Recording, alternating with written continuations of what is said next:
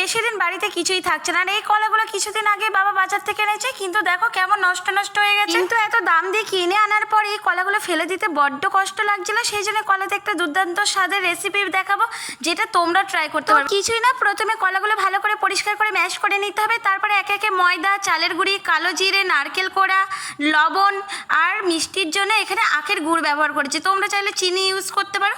তো তারপরে ভালো করে মেখে নিতে হবে। এখানে কেউ জল ইউজ করবে না, কারণ একটু পরে মাখতে মাখতে ব্যাটারটা ঠিক পাতলা হয়ে যাবে। এই যে দেখো আমি ভালো করে ফাটিয়ে নিয়েছি। আর এটার নাম আমি দিয়েছি কলার বড়া। এটা খেতে এত টেস্টি হয়, খাওয়ার সময় বুঝবেই না যে এটা কোনো নষ্ট কলা দিয়ে বানানো। তারপরে আর কিছুই না, কড়াই সাদা তেল গরম করে একে একে দিয়ে ভালো করে ভেজে নিয়েছি। অনেকটা ওই তালের ফুলুরির মতন খেতে লাগে। কোনো জিনিস ফেলে না দিয়ে একটু মাথা খাটিয়ে বুদ্ধি বার করলে সেটা দিয়ে একটা দুর্দান্ত স্বাদের রেসিপি বানানো যায়। তো দেখো একে একে আমি সবগুলো ভেজে নিয়েছি, আর দেখেছো কতটা নরম হয়েছে। তাহলে চল টাটা, দেখা হচ্ছে খুশি নেক্সট ভিডিওতে।